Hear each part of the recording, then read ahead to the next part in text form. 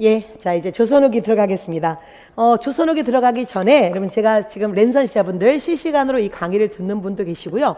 또 나중에 여러분 방문가 유튜브나 저의 유튜브를 통해서 자 이걸 또 여러분 따로 업로드된 걸 들으신 분도 계실 텐데 지금 실시간으로 듣는 분들은 여러분 지금 질문 올려주시면 제가 또 적절하게 그 적당한 그 실시간 필요한 그런 질문들은 얼른 답변을 해드리겠습니다. 그리고 그렇지 않은 분들은 저희 네이버 카페에 올라오시면 제가 그럼 직접 늘 다 답변해 드리니까 지금 고민할 게 많으실 것 같아요. 그래서 그런 것들 질문해 주시고요.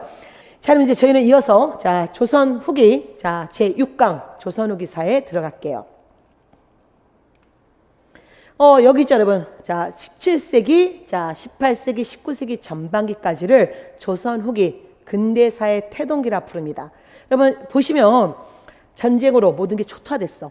그래서 여기 17세기 왕들은 이거 복구하기 위한 엄청난 노력이 있을 거고요. 그리고 18세기, 특히 영조, 정조, 조선의 제2의 르네상스 시기를 맞게 되죠.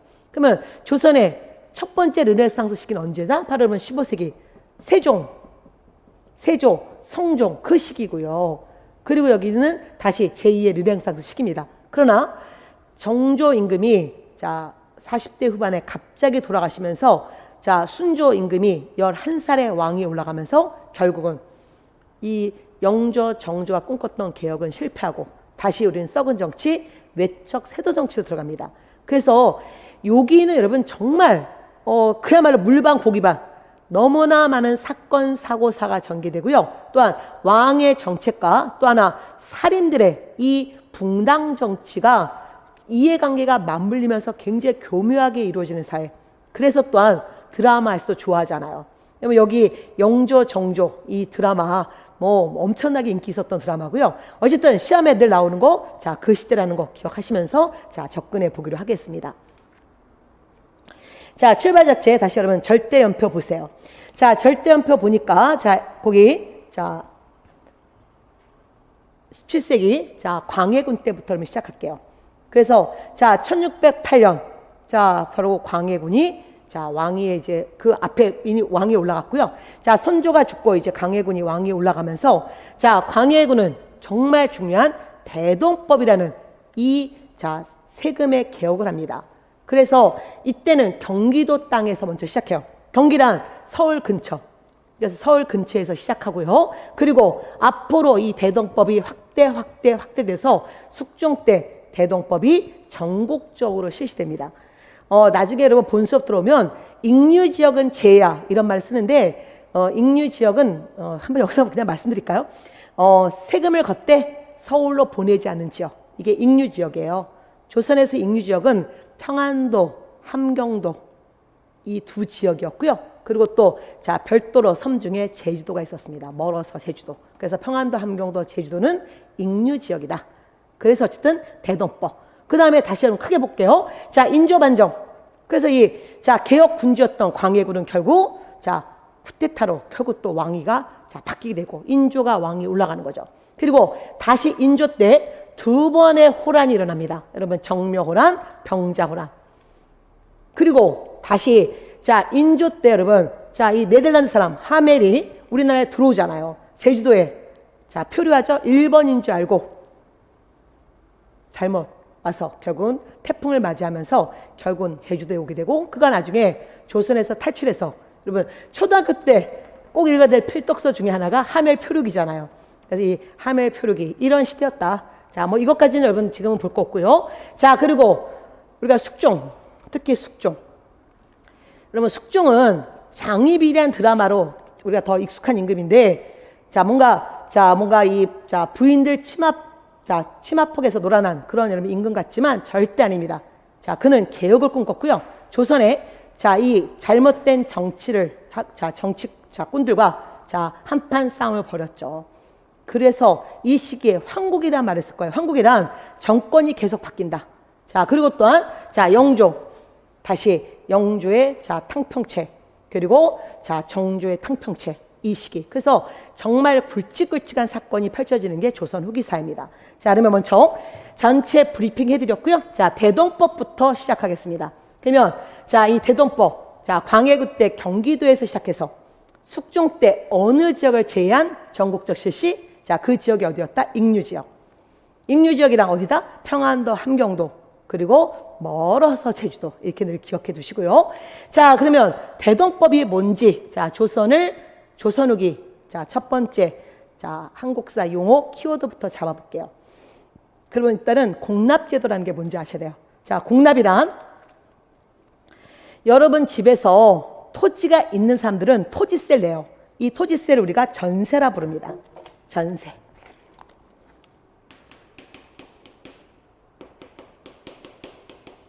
그 다음에 여러분 집에서는, 그래서 이 집집마다 이걸 또 때로는 가호 또는 민호 같은 말이에요, 여러분.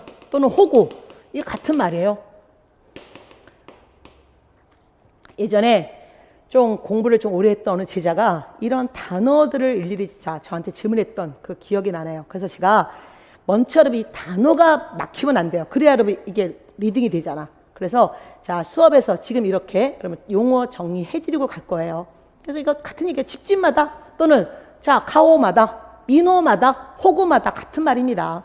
그래서 어떤 여러분 집에서 걷는 자, 세금, 특히 특산물 또는 이거를 자, 현물 또는 토산물, 이거 같은 말이에요. 그 지역의 특산물 또는 그 지역의 토산물 또는 현물인 거지. 현물.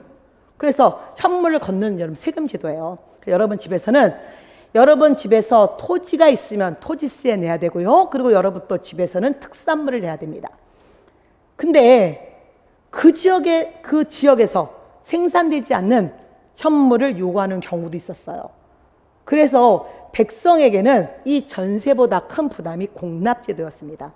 그래서 자, 조선 16세기에 좀 양식적인 지식인들이 이 사회 농경사회 아니냐. 그래서 그냥 일괄 쌀로 걷자.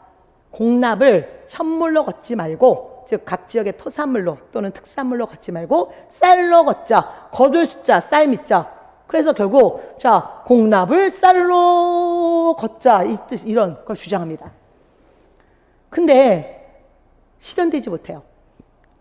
그러니까 하나의 여러분 모순을 자, 다시 극복하고 새롭게 가려면 꽤 많은 시간이 필요한 거죠. 그래서 자, 개혁안만 얘기하다가 실현되지 못하다가 드디어 개혁군주 광해군 때 실현이 된 거죠. 이게 대동법입니다. 대동법. 여러분 공납을 아까 여러분 집에서 걷었던 것을 토지로 간 거잖아요. 여러분 결이라는 개념, 이거는 지금은 그냥 넘어갈게요. 옛날 토지를 측량하는 단위예요. 한마디로 여러분 토지마다 자, 토지로 걷는 거예요. 그러니까 결국 전세가 된 거죠. 그래서 자, 토지 결수 단위로 쌀을 냅니다. 그러면 보세요. 여러분 좀 전에 공납제도 여러분 집에서 특산물 낼 때는 양반들은 안 내. 그러니까 백성들 몫이었어. 토지가 있든 없든 가난한 백성들은 이 공납제도에서 벗어날 수 없어요. 근데 지금은 토지세로 갔어. 재산세로. 그러면 토지가 많은 사람들, 토지 소유한 사람들은 내야 되고 토지를 소유하지 않은 사람은 안 내도 되는 거예요. 토지가 없는 사람은. 엄청난 개혁인 거죠, 여러분. 아까 공납은 토지가 있든 없든 카가호 내야 돼. 근데 이 공납을 토지로 바꾸니까 토지가 많은 사람은 많이 내야 되고 토지가 없는 백성은 안 내야 되니까 얼마나 중요한 제도예요. 그래서 조선 후기의 이 대동법은 진짜 여러분 중요한 제도고 당연히 한국사 검정, 공무원 시험, 수능 시험 다 물어보는 거죠. 왜? 좋은 제도니까. 오늘날 소득이 많은 사람들한테 많이 걷겠다. 이거와 똑같은 거예요, 여러분. 그래서 자, 이렇게 바뀌게 됩니다. 이거를 바로 어느 왕이 실시했다? 예, 바로 광해군이 처음 실시했고, 그리고 앞으로 점차 확대되어서 특히 숙종 때 전국적으로 실시했다. 어느 지역은 제외, 익류 지역은 제외. 자, 이 대동법이 실시됩니다. 자, 물론 여러분 조선은 특히 세금 3개의 개혁이 있어요. 전세는 영정법 바뀔 거고, 그리고 자, 공납제도는 대동법을 바뀔 거고, 그리고 자, 군포, 즉 군역제도는 균역법을 바뀔 건데 지금 이 시간은 그냥 대동법만 뼈대 잡고 갑시다. 자, 그 다음에 다시 두 번의 호란 일어나는데, 자, 호랑과 관계되어서 여러분 요런 연도 좀 알아두셔야 돼요. 여기서 알아야 될 연도는 요거. 자, 1608년 대동법. 그리고 100년 뒤 1708년 전국적으로 대동법. 여러분, 이 좋은 제도가 실시되는데 처음에 경기도에서 시작해서 전국적으로 실시되는데 100년 걸렸어요. 100년. 이 좋은 제도가. 그러면 누구의 반발일까요? 예, 바로 가진 자들. 아까 재산세로 갔죠? 토지세로 가니까 토지가 많은 바로 기득권층이 반발하면서 이 제도가 전국적으로 실시되는데 100년 걸렸습니다. 엄청난 얘기죠. 자, 그 다음에 다시. 자, 두 번의 호란. 여러분, 이런 것들은, 이런 연도는 좀 알아두시면 도움이 돼요. 지금 여기, 요 조선왕기는 좀 알아두십시오. 인조반정 1623년. 그리고, 자, 다시 1627년 1차 호란. 즉, 정묘년의 정묘호란. 그리고 1636년 2차 호란. 병자호란인데, 자, 이거는 지도로 보는 게 더 좋아요. 역사랑 이 땅 지도. 자, 얘네가, 여러분, 쳐들어옵니다. 1차 호란. 이때 1차 호란 때, 자, 여진족이, 여러분, 이때는 후금이었어요. 우리가 고려 때 여진족이 금나라 세웠다 이런 얘기 자 들었었잖아요. 그래서 우리가 고려 인종 때 금을 섬겼다. 그래서 묘청이 있을 수 없다. 금을 치자. 이런 주장. 이게 묘청의 난 때 설명드렸던 건데 이 여진이 또 오랜 시간 지나서 드디어 다시 자 후금이라는 나라 세워요. 그리고 좀 이따 또 얘네가 그러면 청나라가 되는 거예요. 중국의 마지막 왕조. 그래서 이때는 자 1차 호란 때는 후금이었고요. 2차 호란 때는 청으로 나라 이름이 바뀝니다. 자, 어쨌든 얘네가 쳐들어와요. 그래서 이때 인조와 왕실은 강화도로, 여러분 이거 되게 중요한 동네예요. 강화도로 피난을 가요. 그리고 1차 호란 때, 자, 후금은, 명을 치는 게 더 우선이었거든요. 그래서 조선에게 사과받고, 자, 형제 관계. 형제, 여러분, 예를 맺고, 형제의 관계 또는 형제의 예를 맺고 갑니다. 즉 후금이 큰형, 우리는 동생. 이 관계 맺고 가요. 근데 자 좀 있다가 자 후금이 청이 됐습니다. 동아시아의 가장 큰 나라가 됐어요. 그러자 청나라가 이제 형제 관계 갖고는 얘기가 안 돼. 이제는 군신 관계. 이걸 요구한 거죠. 군과 신, 임금과 신하 관계로 가야 된다. 그래서 우리 조정안에서는 정통 성리학자들 엄청 반발하죠. 정통 성리학자는 한족들이 세운 나라, 즉 이때는 명나라죠. 명만 섬겼던 사람. 그래서 그들이 반발합니다. 그래서 열받은 청이 쳐들어온 거죠. 그래서 자 이들이 여러분 쳐들어와서 결국은 지금 조선 왕한테 무릎 꿇게 하고 군신관계 맺는 게 우선이다 보니까 이쪽에서 임경업이 여기를 백마산성에서 지키고 있었는데 이 청나라가 여기를 피해서 오잖아요. 피해서 아주 급속도로 옵니다. 그래서 어떡합니까? 자, 이때 인조는 미처 강화도로 피난 못 가잖아요. 그래서 인조는 못 가고 나머지 왕족, 왕실은 갑니다. 왕실은 강화도로 피난 갔지만 인조와 소현세자는 가지 못해서 어떡합니까? 이미 청나라가 여기를 차단해 놨잖아요. 그래서 결국은 자, 이 남한산성으로 피난을 가게 되잖아요. 그래서 2차 호란 때 남한산성에서 45일간 고립됐고 마지막에 굴욕적 패배하게 되는 거죠. 여러분 영화 남한산성 이거 썼잖아요. 이 남한산성에서 자 청에 대해서 어떻게 할 거냐. 제가 지금 여러분 여기서 이제 이 배우 이름이 지금 생각이 안 나서 자 인조 역할을 했고 남한산성에 있었던 그리고 자 한쪽에서는 뭐였습니까? 이쪽은 김상원 역할을 했었죠. 그래서 바로 여기는 절대 청한테 무릎 꿇을 수 없다. 죽더라도 이 나라가 죽더라도 우리는 명에 대한 의리 지켜야 된다라는 정통 성리학자. 그 다음에 여기는 최명길 역할을 했었던 이쪽 이제 자 이쪽이 맞나? 어쨌든 얼굴이 이게 보고 얼굴 보니까 잘 모르겠다. 어쨌든 이거 뭐 중요한 건 아니고 자 한쪽은 자 뭐였습니까? 여기는 그 최명길 역할을 했죠. 최명길은 뭐냐면 자 양명학자로서 정통 성리학을 비판했던 사람. 지금은 청을 꼬셔야 된다. 외교적으로 청에게 청을 꼬시고 다음번을 도모하자. 실리적 입장. 근데 바로 자, 이 남한산성에서 여러분 이제 이들의 고민이 있었잖아요. 그래서 어쨌든 제가 자, 이 굴욕적인 자, 패배를 하게 됩니다. 어떻게 얼굴을 못 보겠지? 이렇게 얼굴이 구별을 못 하고 있는데 여러분 여기는 자, 배우 김윤석 씨가 김상원 역할을 했고, 배우 이병헌 씨가 바로 이 양명학자, 바로 이 최명길 역할을 했던 자, 그 드라마였는데, 어쨌든, 자, 그래서 청에게 무릎 꿇을 거냐? 절대 무릎 꿇을 수 없다. 이 남한산성에서, 자, 그 입장이, 자, 갈등이 이루어지다가, 마지막은 타협하자는 최명길의 주장으로, 자, 우리는 군신관계를 맺게 되잖아요. 그리고 조선은 겉으로는 군신관계, 뒤로는 청을 치자라는 북벌론을 주장하고 있었다. 그래서 이 두 번의 호란도 놓치시면 안 됩니다. 강화도의 역사 물어볼 때 잘 나오는 거예요. 자, 그리고 이제, 자, 이제 숙종으로 들어갑니다. 숙종은, 한 3년 전부터 여러분 숙종이 부각되기 시작했어요. 왜냐면 영조, 정조가 너무 많이 나왔거든요. 그래서 숙종에 대한 다시 보기, 숙종이 나름 개혁을 했고, 민족적이었고, 그래서 이 숙종에 대한 언급은 좀 잘하고 있는데요. 특히 여러분 대동법 드디어 완성했고, 그리고 숙종은 청나라와 국경선 문제가 자 일어납니다. 그럴 때 자 이 청나라와 함께 백두산에 국경성비를 세워요. 그래서 이 자 숙종은 청하고 자 이 영토 분쟁도 잘 해결했고요. 또 하나 우리가 숙종 때 안영복이라는 인물도 기억나시죠? 이 독도. 자 일본에 가서 일본의 대마도주로 하여금 울릉도 독도가 조선 땅이라는 이 문서를 받아왔던 안영복.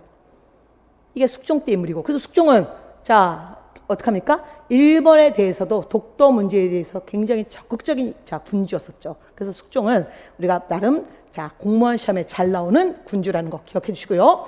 자 백두산 정계비 한번 살펴보기로 하겠습니다.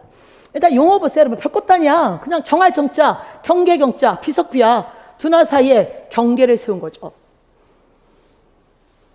그래서 이건 합의하에 세운 겁니다. 청의 일방적인 주장이 아니라 조선과 청 관리가 백두산에 가서 이 비석을 세워요. 자, 이 비석에 여러분 이제 백두산, 여기 백두산에 이 정계비, 그래서 백두산 정계비 또는 그냥 정계비, 국경선을 여기다 세웠다. 이 비석 내용이 중요해요.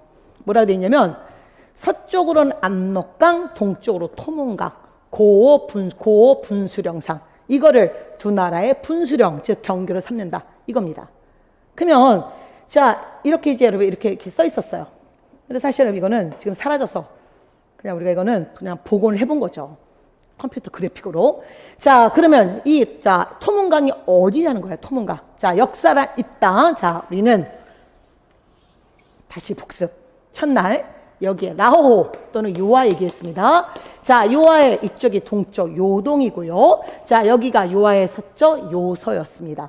그리고 이쪽이 간도였었잖아요. 그 다음에 이쪽에 강이 또 하나 흘러요. 이게 송하강입니다. 송하강인데 이 송하강, 여러분 상류, 여기 상류. 여기를 토문강이라고 불렀어요. 토문강. 그러면 동쪽으로는 토문, 서쪽으로 압록강, 바로 여기인 거죠. 이 안은 조선 영토고 이 밖이 중국 영토다. 이겁니다. 그래서 결국 자 간도 땅이 우리 영토라는 것을 조선과 청 이 여러분 서로 여러분 약속한 거잖아요. 이게 백두산 정계비예요. 나중에 여러분 본 수업 들어오시면 우리가 이제 저 나라의 국격이 떨어지는 시기에 간도 땅이 누구 땅이냐? 청나라가 간도 땅 내놔라. 이게 간도 규속 문제고요. 그리고 1909년에 일본과 청 사이에 간도 협약을 맺죠. 그래서 이 간도 땅이 일본이 우리 대신 외교하면서 간도를 일본이 청에게 넘겨줍니다. 그래서 우리 역사에서 사라지게 되는 거잖아요. 여러분 간도는 우리 땅이었고요. 이거는 자 1905년 을사늑약, 이 을사늑약이 강제로 맺은 조약이었고 여기서 우리가 외교권이 박탈당했잖아요. 그래서 을사늑약 자체가 무효예요. 을사늑약이 무효이기 때문에 결국은 을사늑약에 의해서 향후 그 이후에 일본이 우리 대신 맺었던 외교적 조약은 무효입니다. 그래서 우리가 국격이 강한 나라가 돼야 되는 이유가 이거죠. 나중에 언젠가 남북한 통일되고 우리가 강한 나라가 됐을 때 우리는 바로 이 간도를 영토 분쟁 지역으로 얘기할 수 있는 거죠.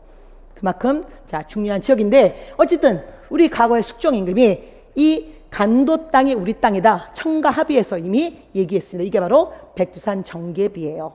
토문강 꼭 기억해 주십시오. 토문강은 바로 송하강 상류 또는 송하강 지류 이렇게 얘기해요. 여러분 송하강 상류 또는 송하강 지류 지류란 송하강 물줄기란 뜻이죠. 뭐. 그래서 자 나중에 기출문제 보시면 그런 기출문제도 있습니다. 자 그래서 자 1712년 연도 알아두시고요. 자 조선과 자 청 사이에 백두산 정계비를 세우죠. 자 이어서 자 영조로 들어갑니다. 자 영조 영조는 여러분 이미 숙종의 후궁의 자식으로서 특히 요 사이에 여러분 우리가 기억할 게 경종이잖아요. 장희빈의 자식. 그가 갑자기 죽게 되면서 경종이 후사가 없었고 그래서 숙종의 여러분 또한 혈육 중에서 자 바로 영인군이 영조가 되는 거잖아요. 경종의 배다른 동생. 그리고 또 하나 영조가 자 숙종의 여러분 자 후궁의 자식으로서 그 엄마가 특히 무술이 출신이었잖아요. 그래서 어쨌든 왕족이기 때문에 왕이 올라갔지만 여러분 이 정통을 강조하는 양반들 안에서는 뒤로는 이 영조를 굉장히 무시했었겠죠. 그래서 영조는 내리 조선의 왕 중에 여러분 가장 장수했던 왕 50년 넘게 왕이 있었던 왕인데 그는 내리 바로 노론하고의 한판 싸움이 전개됐고 그 속에서 우리 조선 왕조사의 불행한 바로 자 이 사도세자가 있는 거잖아요. 그 얘기는 뭐 넘어가고요. 자 그러면 자 우리는 이제 조선 후기 정치에서 여러분 요 정치적 사건 중에 용어를 좀 봐야 됩니다. 사화, 붕당 정치, 일당 전지 정치, 그리고 탕평체 요 네 가지 개념을 잡아볼게요. 자 사화, 여러분 선비사자예요 이거. 선비사자. 옛날에 여러분 한 10년도 넘게 10년 전에 어느 방송국 퀴즈 프로에서 이게 2천만 원짜리 문제였습니다. 자 조선의 사화에서 이 사자는 뭘까요? 그래서 1번 넉사자, 1번 역사사자, 3번 죽을사자, 자 4번 바로 이 선비사자. 그러면 선비들의 자 재앙입니다. 선비끼리 싸움. 그래서 자 사화라는 것은 선비들이 여러분 그들이 스스로 서로 치고받은 사건이었고요. 자 특히 살인파와 그리고 기득권층 훈구파의 한판 정치적 사건이었어요. 이거는 16세기 약 50년간 전개됐던 특히 서울에서 전개됐던 사건이 사화입니다. 그래서 우리가 조선 전기 특히 15세기와 16세기를 조선 전기라 부르는데 조선 전기 중에 특히 16세기 초에 즉 15세기 말부터 16세기 초에 있었던 사건이죠. 그 다음에 자 붕당이란 그야말로 여러분 무리붕자의 무리당이야. 한마디로 같은 스승 밑에서 공부한 무리들인 거죠. 여러분이 자 빈 밑에서 공부한 여러분들은 자 빈당이 되는 거죠. 자 그런 식으로 근데 문제는 이해관계를 중심으로 또 모인 집단이기도 해요. 그래서 붕당이란 살인들 안에서 정치적 갈등 특히 17세기 자 16세기 후반부터 시작해서 여러분 17세기 18세기 약 200년간 전개되었던 정치적 사건이고요. 사화는 서울에서만 전개됐다면 즉 중앙에서 얘는 전국 방방곡곡에 지역까지 연결되어서 여러분 이루어진 정치가 바로 이 붕당 정치입니다. 자 그리고 일당 전제란 한 당이 독재하는 거예요. 여러분 한 당이 즉 하나의 붕당이 집권하면서 다른 붕당을 인정하지 않은 거죠. 그러니까 붕당 정치란 좀 전에 얘기했던 이 붕당 정치란 오늘 얘기하면 집권당이 있으면 견지당이 있는 거예요. 그래서 집권당과 견지당이 같이 가는 정치 얘기하고요. 일당 전제 정치는 한 당이 독재하는 겁니다. 그래서 자, 이 일당 전제 정치는 붕당 정치의 파행성을 얘기하는 거죠. 자, 그러면 자, 우리 탕평이란 뭘까죠? 탕평. 탕평은 용어 보세요. 그냥 쓸어버릴 탕 그리고 바로잡을 평 또는 평평할 평자.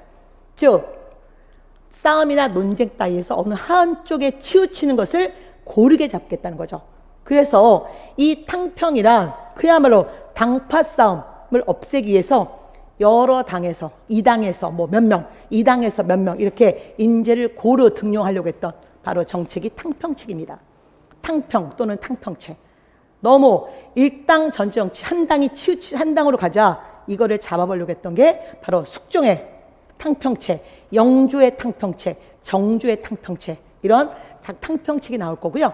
본 수업 들어가시면 숙종의 탕평책과 영조의 탕평책과 정조의 탕평책을 구별하는 문제가 그 내용을 집중적으로 다룰 거예요. 그래서 여러분 지금은 용어 정리만 보시면 됩니다. 자, 그러면 정말 저의 X파일 보고 가실게요. 이거 여러분 아까도 말씀드렸지만, 자, 선후배인 연결고리에 있는 조선 후기, 이게 다 여러분. 자, 선조 임금, 전기와 후기 중간 사이에 껴있는 이 애매한 임금, 선조. 1592년 임진왜란 이후의 상황이 조선 후기 후기라고 했잖아요. 그래서 선조, 광해군, 인조, 효종, 현종, 숙종, 경종, 영조, 정조, 순조, 헌종, 철종. 그리고 이어서 다음 시간에 얘기할 고종, 그리고 순종.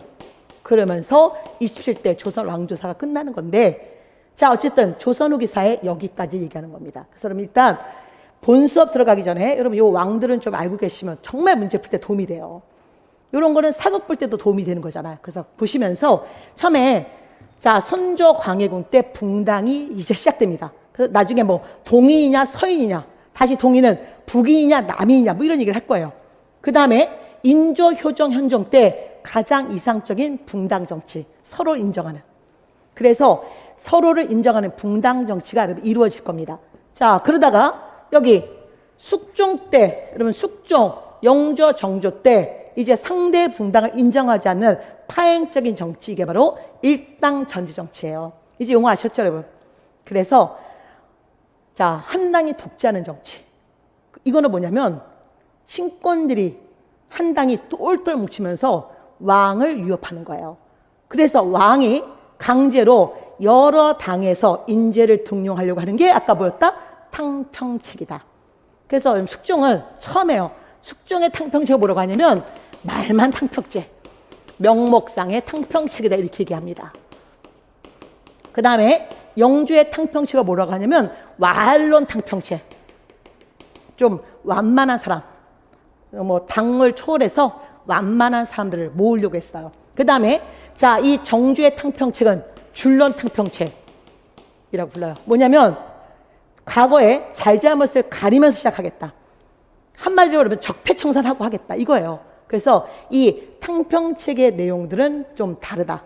그래서 이거는 나중에 자, 본 수업에서 좀 더 확실하게 잡아보겠습니다.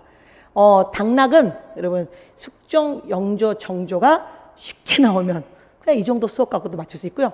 어렵게 나오면 이거는 답이 안 나와요. 그래서 항상 여러분 뭐 지엽적인 게 아니라 정확하게 자, 이 임금들의 정책 그리고 임금의 저서, 자, 최소한 꼭 알아야 됩니다. 뭐 다 알 건 아니지만 핵심은 아셔야 돼요. 자, 그 다음에 다시 자, 이런 식의 우리가 나중에 여러분 이 서인들이 이들이 바로 여러분 한 당이 독재하면서 다시 서인들 안에서 서인들이 독재하자 또 그들 안에서 노론, 소론으로 나뉘어지는 거예요. 그래서 이런 자, 파벌이 나뉘어지는 정치가 자, 앞으로 200년 전개될 겁니다. 자, 그리고 순조, 헌종, 철종. 자, 이제 순조가 11살에 왕이 올라갔고 너무 어리다 보니까 결국은 뭡니까? 영조가 여러분 60대 나이에 새로 결혼하잖아요. 그게 바로 정순왕후. 정순왕후가 그때 15살인가 16살에 왕비가 되죠. 그래서 그는 자, 왕실에 어린 나이에 들어가서 바로 이때 순조 때 수렴천정을 정순왕후가 했고, 정순왕후가 죽자 순조의 장인 김조순, 즉 안동 김씨가 권력을 잡게 되면서 이제 왕은 허수아비고 정치는 더욱더 파행적인 정치로 가게 된 거잖아요. 그래서 자, 이 조선 500년 왕조의 또 불행의 시기로 다시 들어가는 거죠. 자, 그러면 이제 여기까지 보셨고요. 자, 이제 정조 보겠습니다. 정조 임금은 개혁 군주로서 지금 우리에게 여러분 외화를 벌어주잖아요. 유네스코 세계문화유산 바로 수원성을 만든 임금. 또한 자, 유네스코 세계 기록문화유산 일성록을 쓰기 시작한 임금. 그래서 유네스코 문화유산과 유네스코 기록문화유산을 우리에게 남겨준 임금, 바로 정조대왕이었고요. 자, 일단은 학술기구 귀장각을 통해서 바로 새로운 인재 양성을 하려고 했습니다. 그래야 이 권력을 갖고 있고 너무 여러분 자, 지금 자기네끼리 똘똘 뭉쳐있는 노론하고의 싸움을 할 수 있기 때문에 결국 인재 양성에 주력했었죠. 그 다음에 또 뭐 신해통공, 신해년에 발표한 경제정책, 여기서 얘기하지 않을 거고요. 또한 신해년에 천주교 박해랍니다. 이것도 지금 요 자세한 얘기는 하지 않을 거예요. 그리고 정조 때 수원화성을 만들기 시작하잖아요. 여러분 수원화성이 2년 동안 이게 여러분 이런 자 화보 한번 볼까요? 이 수원의 이 화성 여러분 이게 현재 유네스코 세계문화유산인데 이 큰 성을 만들려면 한 여러분 꽤 시간이 오래 걸려야 돼요. 한 10년 걸릴 수 있는 거를 단 2년 안에 완성했다. 바로 이 뒤에는 천재 정약용이 있었었죠. 규장각의 학자면서 바로 자 유학자면서 여러분 실학자면서 자 사회 개혁을 시도했었고 자 그리고 과학자이기도 했던 바로 그가 이 거중기를 이용했잖아요. 그래서 거중기를 이용해서 여러분 이 돌들을 끌어올리는 이 자 기술을 자 그가 바로 중국 책에서 읽고 도입을 해서 이거를 실현했고요. 그래서 바로 이게 2년이라는 이 짧은 기간 안에 수원성을 만들었고 현재 유네스코 세계 문화유산입니다. 자, 그래서 이러한 상태에서 정조가 계속 여러분 뭔가 하루에 여러분 정조 대왕이 3시간 주무셨다는 거죠. 왜? 자, 온 지방에서 올라온 여러분 자 그런 자 글들 자 여러분 상서문들 읽고 지금 이 구름처럼 앞을 가리고 있는 임금과 백성의 중간 사이에 먹구름이 껴있잖아요. 이게 노론들이었죠. 노론들. 이들이 너무 똘똘 뭉쳐있고 권력을 장악하고 있었고 이들하고의 싸움 속에서 결국은 어떻든 개혁을 해보려고 새로운 세력들을 끌고 왔지만 결국은 자 하루 3시간 주무셨고 결국 건강에 문제가 발생했고 등에 작은 종기가 났고 이 종기가 온몸을 여러분 덮으면서 결국은 40대 후반에 급작스럽게 돌아가셨고 결국은 다시 역사는 또 역행입니다. 그래서 여러분 제가 늘 말씀드리지만 우리가 뭔가를 도모할 때 일단 건강관리부터 잘 하셔야 된다. 여러분 수험생활 하시면서 많은 분들이 너무 열심히 하시다가 생기는 병들이 있어요. 특히 목 디스크. 그래서 여러분 항상 자, 이 강의 들으실 때 여러분 항상 50분 듣고 꼭 10분 스트레칭 하시고 좀 바람 좀 쐬시고 이러면서 정말 건강관리 잘 하셔야 됩니다. 우리는 내년에 있을 그 4월달, 6월달에 있을 그 시험 100분 위해서 달려가는 거잖아요. 달려가는 건데 그 100분 안에 모든 걸 다 쏟아내야 되기 때문에 여러분 건강하게 자기 건강관리를 잘 하는 것도 긴 마라톤에서 정말 중요합니다. 이제부터 마라톤을 달려야 된단 말이에요. 그래서 우리 정조대왕은 항상 생각하잖아. 조금 건강관리만 잘하셨다면 우리는 이렇게 파행적인 정치를 만나지 않았을 텐데 그 아쉬움이 너무 있어요. 자, 그 다음에 자 순조 때 자 다시 여러분 자 썩은 정치, 세도 정치 그리고 밀란의 시대로 들어가는 거죠. 여러분 순조 때 19세기 최초의 밀란 이런 연도를 알아두셔야 되고요. 그 다음에 또 순조 다음에 헌종 그리고 다시 철종. 철종은 강화도에서 몰락한 왕족으로 농사졌었잖아요. 그래서 누구보다 백성의 삶을 봤던 사람이고 그리고 이 세도 정치를 개혁하려고 나름 했지만 결국 실패했죠. 그리고 특히 이때 자 동학이 발생합니다. 민중 종교 동학. 그리고 다시 철종 때 온 나라에서 임술년에 온 나라에서 밀란이 발생하는 시기. 이 밀란이 성공했다면 시민혁명이지만 실패했죠. 그래서 자, 이 시기 자 보겠습니다. 먼저 세도 정치 용어부터 보세요, 여러분. 형세색제, 길도자에 자 정사정 또는 정치정자에 다스릴 직자, 즉 권력자들이 정치를 다스린다 이거잖아요. 즉 왕실의 근친, 가까운 친척이 또는 신하가 권세를 잡고 온갖 정사를 마음대로 하는 왕은 허수아비.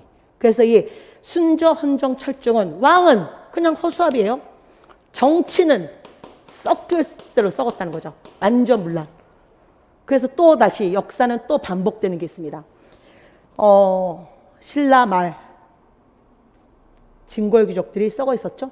또한 고려 말 권문 세족들이 썩어 있었죠. 다시 19세기 세도가들이 썩어 있었습니다. 이들은 자기네만 잘 먹고 잘 살자. 임금은 허수아비. 여러분 그리고 바로 백성의 세금을 너무 가혹하게 걷기 시작합니다. 자, 역사란 이 땅에 살았던 사람들의 변화를 보는 거라고 했잖아요. 그래서 백성들이 꾹꾹 눌러져 있었고요. 더더구나 여러분, 자, 광해군, 자, 영조, 정조, 물론 숙종도 그렇고 이런 인물들이 백성을 위한 안정책을 여러분 도모하고 있었단 말이에요. 그랬는데 이제는 희망이 없어졌죠.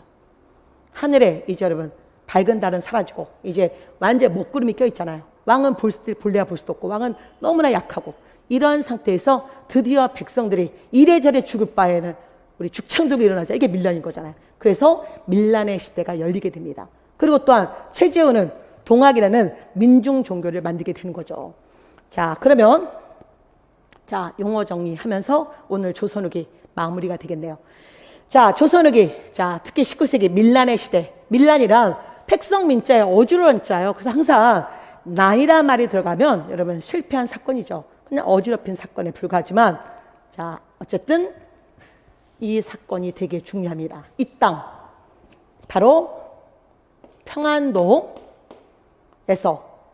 특히 평안도도 청천강 위에서 이들이 밀란을 일으킵니다. 이게 19세기 최초의 밀란이죠. 역사상 최초의 밀란이 아니에요.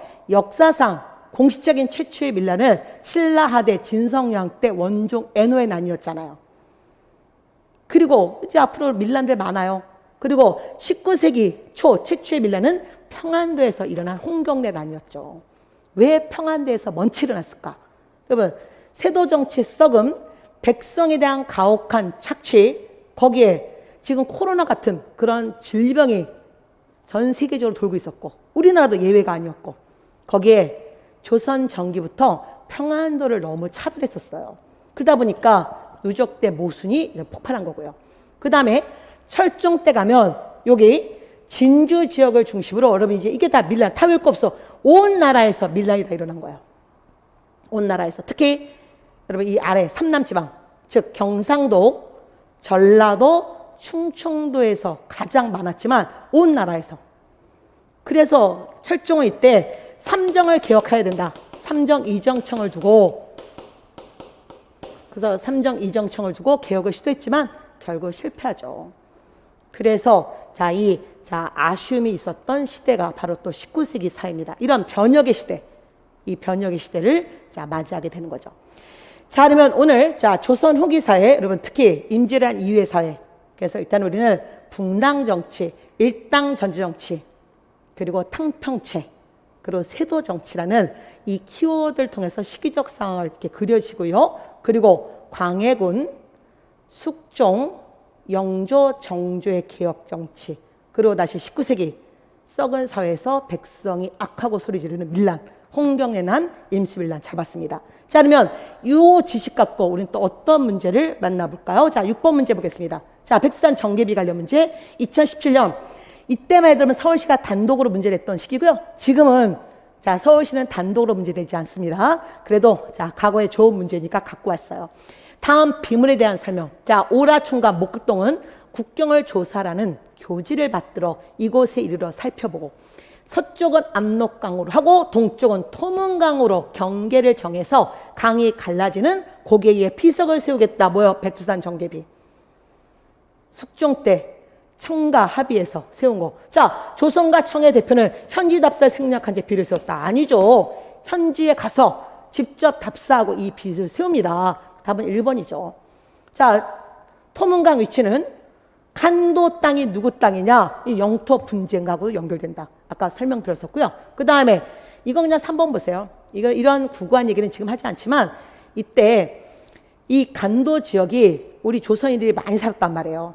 그래서 청하고 이해관계가 얽히면서 특히 인삼 또는 산삼 채취, 그 다음에 또 사냥이, 이런 사냥이 그리고 이해관계가 얽히게 되면서 살인사건이 일어나요. 사실 역사에서는 이거 진짜 비하인드 스토리지만 연쇄 살인사건이 일어났는데 그 살인범이 조선인이었어요. 그래서 청나라가 이거 애매하다. 조선과 청나라 사이에 국경선 비를 확실하게 세우자라고 요구하게 되면서 합의하에 이 백두산 정계비를 세우는 거예요. 그리고 숙종 때 세워진 비문의 내용이다. 그리고 숙종 때 세운 백두산 정계비 1712년. 키워드보다 서쪽은 압록강, 동쪽은 토문강을 경계로 한다. 그래서 청나라 조선 관리가 직접 답사해서 백두산 정상에 세운 비입니다. 자, 두 번째 2014년 국회 문제. 자, 대동법 관련 내용이에요, 여러분. 여러분, 이럴 때 우리가 지금 요만큼 공부했잖아. 그거 갖고 문제 풀 수 있어요. 자, 광해군 때 여러분 제가 이런 얘기 안 했습니다. 그러나 이건 했잖아요. 자, 전국적이 아니라 경기도에서 시작했죠. 그러면 전국적인 것은 숙종 때니까 1번 틀렸고, 그 다음에 박납의 폐단. 자, 제가 이 얘기를 안 했는데 공납제도가 시간이 지나면 박납제도가 생겨요. 박납제도는 뭐냐면 그 지역의 특산물을 서울에 있는 중간 상인이 대신 내주고 대신 물건값을 요구하는 거예요. 근데 물건값이 예를 들어서 100원이었으면 이 중간 상인들이 농간 부려서 100원이 10,000원 되고 10만 원 된 거예요. 그래서 이 박납의 폐단이 생기자 바로 자 양식적인 지식인들이 쌀로 걷자 수입법을 주장한 거고, 이게 나중에 대동법으로 실현된 거죠. 그래서 박납의 폐단을 시정하기 위해서 곡물 대신 쌀로, 여러분 이거잖아. 그 다음에 대동법은 군역의 폐단이 아니고요. 자, 이 균역법 결과 영조가 균역법을 두는데 이 균역법 담당했던 부서가 균역청이에요. 여러분 대동법 담당했던 부서는 선해청입니다. 선해청. 그래서 조그만의 지식 갖고도 우리는 문제를 풀 수 있는 거죠. 근데 지금은 저랑 같이 가니까 풀 수 있잖아요. 여러분 혼자서 이런 것들을 오래 고민할 건 아니지만 자 일단 감으로 푸시면 안 되는데 요 정도 들으니까 문제가 풀리네. 그 희망을 갖자는 거죠. 그러면 그 다음부터 여러분 열심히 노력하시고 방향만 잘 잡으면 더 빨리 갈 수 있다는 걸 강조하고 싶습니다. 자, 8번 문제, 오늘의 마지막 문제네요. 자, 과거에 서울시가 단독을 했을 때 그때는 또 심지어 오지였던 적도 있어요. 이 선지가 사지가 아니라 오지. 자, 오늘의 얘기를 읽는 그야말로 독해 문제죠. 자, 숙종 때 이르러 붕당 정치가 변질되고 그 폐단이 심화되면서 일당 전지화, 즉 일당 전지 정치가 나타났다. 이에 영조와 정조는 특정 붕당의 권력 장악을 견제하고 왕권을 강화하기 위해서 무슨 정치? 탕평책 또는 탕평 정치를 추진했다. 그러나 정조가 죽자 어떤 정치? 세도 정치가 시작되었어. 조선의 붕당 정치, 일당 전지 정치 이걸 막으려고 했던 왕의 탕평 정책. 그러나 결국 실패하고 세도 정치 아느냐. 그래서 여러분 결국 세도 정치가 뭐다? 일부 유력한 집안이 권력을 장악하는 뭐 비변사, 조선 후기 최고의 관청의 요직을 장악하고 그야말로 권력을 장악했던 정치와 군사권을 장악하고 완전 그들이 자 흔들었던 시대가 세도 정치잖아요. 그래서 답은 5번 되는 거죠. 그래서 개념만 잘 잡아두시면 됩니다. 아이고. 자, 그래서 여러분 자 여기까지 보셨고요.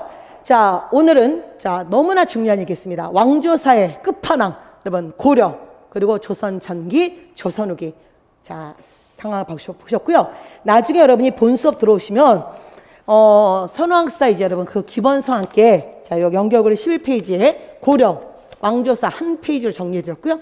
특히 이 조선사가 진짜 중요해요. 조선사 여러분 이게 넓은 이유는 여기가 15, 16세기 조선 전기, 이쪽이 조선 후기 17, 18, 19세기를 전체를 잡아들었습니다. 그래서 처음에는 지금 요 생기초 강의처럼 볼 수 있는 것만 먼저 보시고 그리고 두 번째 또 할 때는 거기에 또 좀 더 뼈대를 더 붙이시고 그리고 또 살을 붙이시면서 계속 여러분 이거와 함께 이론, 문제풀이, 동령, 마무리 요걸로 하시면 돼요. 그래서 여러분이 자 그렇게 빨리 갈 수 있는 길이 자 마련되어 있습니다. 자 오늘은 이제 자 왕조사 공부했고요. 자 다음 주가 이제 마지막 어느새로 이제 우리는 헤어질 때가 됐네요. 자 다음 주는 바로 근현대사입니다. 그래서 여기 근대사의 발전기 그리고 일제강점기 현대사회의 가장 중요한 뼈대를 잡을 거고요. 특히 고등학교 때 근현대사 안 하셨던 분들 머리털 나고 흥선대학원 처음 들어보신 분들 이런 분들은 이 수업 필수입니다. 여러분. 그러면 다음 주에 또 건강한 모습으로 뵐게요. 여러분 모두 자, 잘 지내시고 다음 주에 뵙겠습니다. 안녕.